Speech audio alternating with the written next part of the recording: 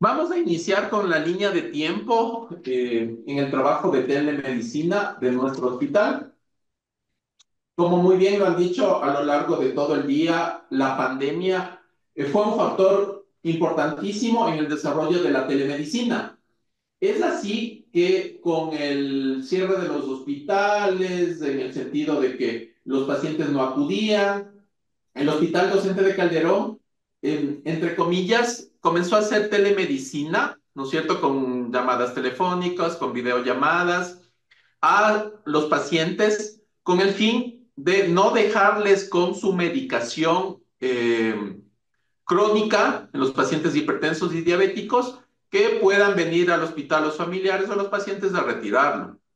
Entonces, iniciamos con los primeros esbozos de la telemedicina.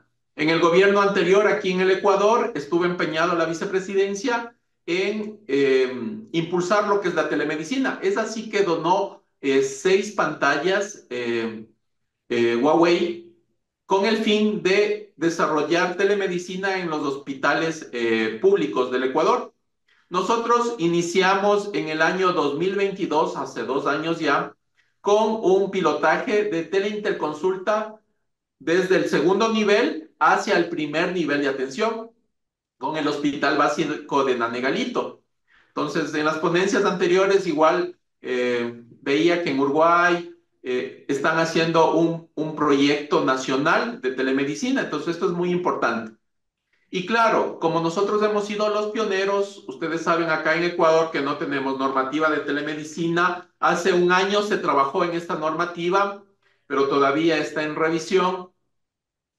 Y han venido ciertas instituciones a conocer nuestro modelo que hemos desarrollado. Es así que ha venido el Hospital de la Policía, el Hospital Bacortiz de Niños, el Hospital de Provincias de la Tacunga, hospitales cerca de Quito o de cantones como Machachi, como Sangolquí, con el fin de conocer nuestro modelo. Es así que nosotros dividimos en el hospital 3 ejes fundamentales, lo que es la teleinterconsulta, la teleeducación y el telemonitoreo, que ya les voy a hablar, que es la ponencia del día de hoy. Entonces, una vez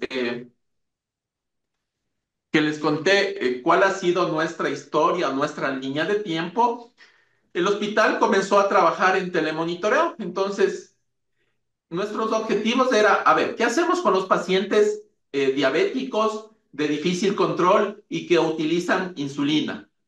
Entonces, levantamos con un protocolo de investigación y para esto hicimos un plan piloto. Entonces, hicimos un plan piloto con 8 pacientes.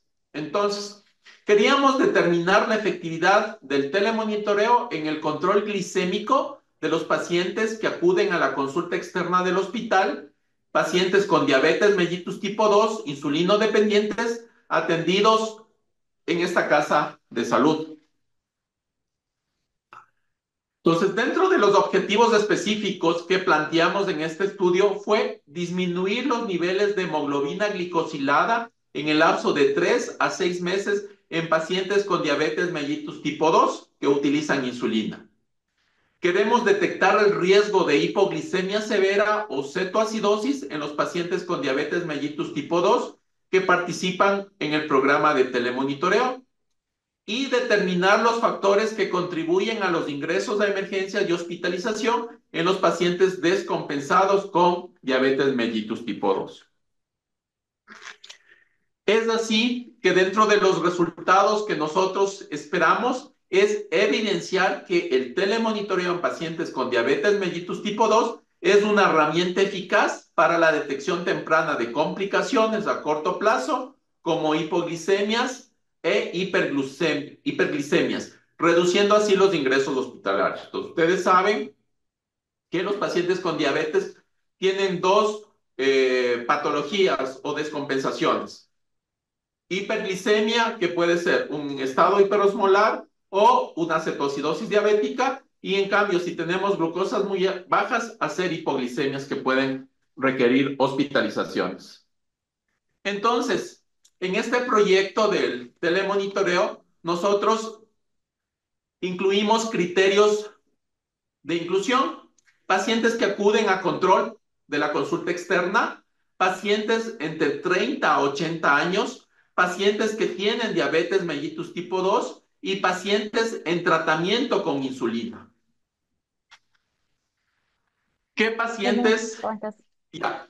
Además de los pacientes de inclusión, pacientes que tengan disponible conexión a Internet en su domicilio o un plan de datos en su celular. Esto es muy importante porque ya les voy a comentar a lo largo del estudio.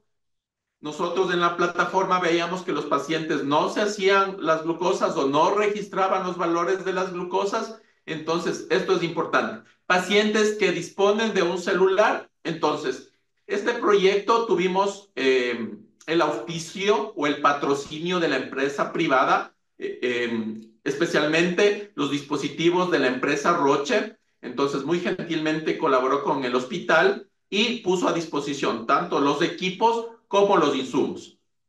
Entonces, por lo tanto, los pacientes debían disponer una aplicación que se llama MySugar y los pacientes debían también tener un glucómetro. Entonces, en este tipo de estudio utilizamos el glucómetro AcuCheck Instant. ¿Qué pacientes quedaron fuera del estudio? Pacientes que no pertenecen a nuestro hospital, pacientes con diabetes mellitus tipo 1, pacientes con diabetes mellitus tipo 2 en tratamiento con antidiabéticos orales y en pacientes que no dispongan de internet en su domicilio. Como pueden ver en la gráfica, en la fotografía, entonces estamos con el grupo de pacientes entregando los insumos. Ahí está nuestra endocrinóloga comentándoles sobre los horarios de las glucosas y ciertos metodología del estudio. ¿Qué pacientes quedaron fuera? De igual manera, los pacientes adultos mayores que no cuenten con apoyo familiar. Como van a ver en ciertas fotografías en nuestro grupo de estudio, hay un buen número de pacientes adultos mayores. Entonces, el paciente adulto mayor requiere el apoyo familiar, el apoyo de nietos, de hijos, que puedan manejar las tecnologías de la información. Quedaron fuera pacientes con diabetes mellitus tipo 2 con falla renal y diálisis, mujeres embarazadas con diabetes y los teléfonos incompatibles con la aplicación, que por lo general son los teléfonos antiguos, teléfonos de teclas, esos teléfonos no son compatibles. ¿Cuál fue la metodología de nuestro estudio? Entonces, la metodología fue seleccionar y capacitar a los pacientes. Ustedes ven en esa fotografía, entonces está el grupo de estudio de los pacientes con los criterios de inclusión y exclusión que ya mencionamos y comenzamos a capacitarles en la conectividad, el uso de las herramientas digitales y el acompañamiento familiar. Todos los pacientes debían disponer de un glucómetro y de la aplicación en sus teléfonos. Entonces, comenzamos a capacitar en la toma de glicemias. Nosotros hicimos 4 glicemias, antes del desayuno, antes del almuerzo, antes de la merienda y a las 22 horas. Entonces, capacitamos en horario, en frecuencia y en objetivos glicémicos del paciente. Entonces, tomamos en cuenta lo que dicen las guías, menos de 130 en ayunas y menos de 180 postprandial. Hicimos la recolección de datos de las glicemias en tiempo real, y ya les voy a presentar la plataforma, y al análisis de los datos por parte del endocrinólogo. Entonces, en la plataforma, el médico endocrinólogo revisaba si los valores de la glucosa estaban altos, estaban bajos, e inmediatamente se comunicaba con el paciente con el fin de realizar una teleconsulta y modificar las dosis de la insulina. Entonces, ¿cuáles son los equipos empleados en este proyecto? El glucómetro con la plataforma. El glucómetro se conecta al teléfono del paciente a través de la plataforma MySugar y el teléfono envía los datos a la plataforma.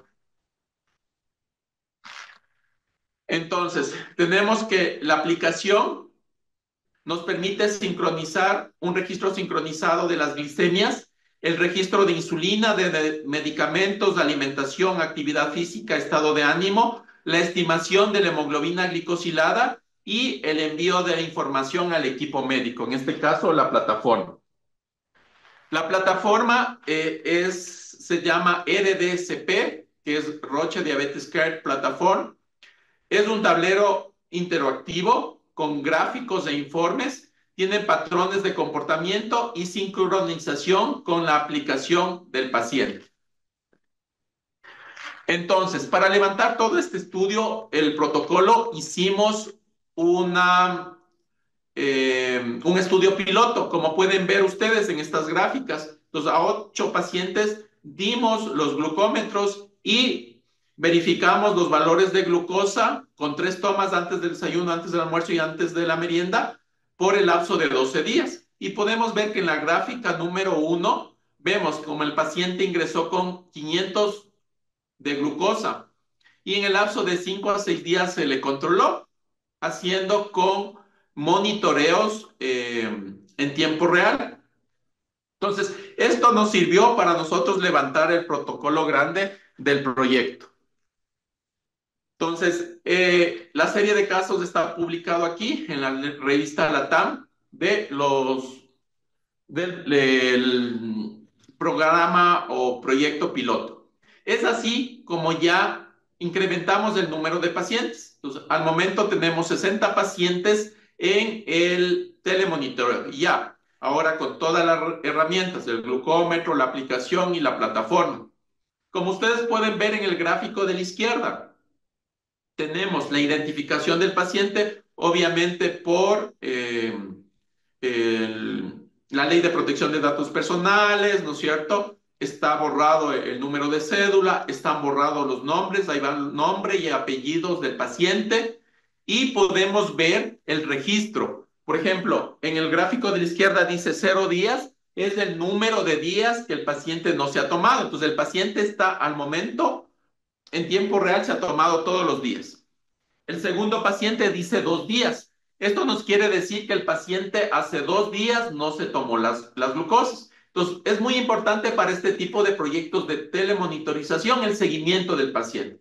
Entonces, nosotros formamos grupos de chat con el fin de motivar al paciente para que se tome las glucosas, estarle llamando para recordarle la toma de las glucosas o que encienda el Bluetooth para que los datos pasen del teléfono a la plataforma. En el gráfico de la derecha podemos ver, por ejemplo, cuando podemos tener un registro diario del valor de las glucosas. Cuando tenemos hipoglicemias, se van a pintar de color rojo. Entonces podemos tener 69, una hipoglicemia de 60, 65. Entonces inmediatamente nos comunicamos con el paciente, vamos revisando qué esquema de insulina tiene y haciendo el cambio inmediatamente. Aquí es como se ve la plataforma, lo que les decía. Entonces, la última carga nos dice un día. Entonces, este paciente no se ha hecho hace un día la toma de las glucosas o los datos no han pasado a la plataforma.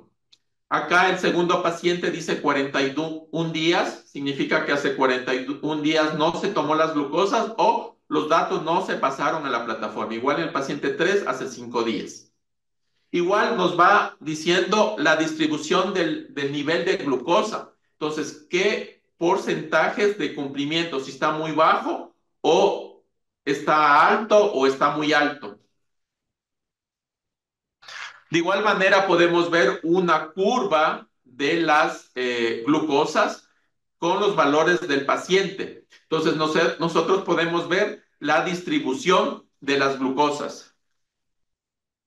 En este caso, podemos ver que el paciente hace hipoglicemias que están marcadas en rojo, 55, 58, y arriba el 19 de mayo con 392.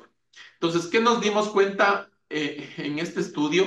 Es que además de modificar los valores de la insulina en los pacientes, también depende mucho de la alimentación. Entonces, esa parte no estuvo contemplada en primera instancia en el estudio. Por lo tanto, a los pacientes se les dio una capacitación o una charla de nutricional. Entonces, se les pidió a nuestros nutricionistas del hospital que les demos una charla, pero se les dijo, no me hablen de qué son los carbohidratos, qué son las proteínas, qué son las grasas, sino denme ejemplos de platos que puede consumir el paciente con diabetes en el desayuno, en el almuerzo, en la merienda y dentro de las colaciones.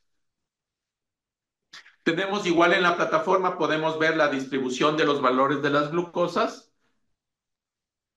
Este paciente está bastante controlado. Tenemos a las 7 de la mañana del 9 de septiembre en 130. Sí, y debemos tener 2 horas postprandial menos de 180. Entonces, ahora, en nuestro estudio todavía no terminamos. Tenemos datos preliminares y hemos visto que en el grupo control a los 3 meses ha disminuido la hemoglobina glicosilada de 9,99 a 9,17%. Entonces existe una diferencia del 0,82. Esto es en el grupo control. El grupo de pacientes que acuden al hospital regularmente cada mes, cada 2 meses, y se hacen los controles de hemoglobina glicosilada, ¿no es cierto? Al inicio y cada 3 meses. Por eso tenemos al inicio del proyecto y a los 3 meses una diferencia disminuido en 0,82. ¿Qué pasa con el grupo de estudio? En cambio, en el grupo de estudio, la hemoglobina glicosilada que iniciaron fue de 9,99 y ha disminuido a 7,78. Por lo tanto, tenemos una diferencia de 2 puntos, de 2,21%. Y claro, esto como vamos a revisar con la literatura internacional, demostramos que el proyecto está funcionando. Entonces aquí les traje un estudio, la efectividad, ¿no es cierto?, del telemonitoreo comparado con los pacientes que ayudan, que acuden al control normal. Es un metaanálisis. En este tomaron 38 estudios, alrededor de 9,000 pacientes. ¿Y qué es lo que se encontró? Se encontró que la hemoglobina glicosilada menor de 7 fue 1,8 veces mayor en el grupo de telemonitoreo con relación al grupo control que acude a la consulta normal.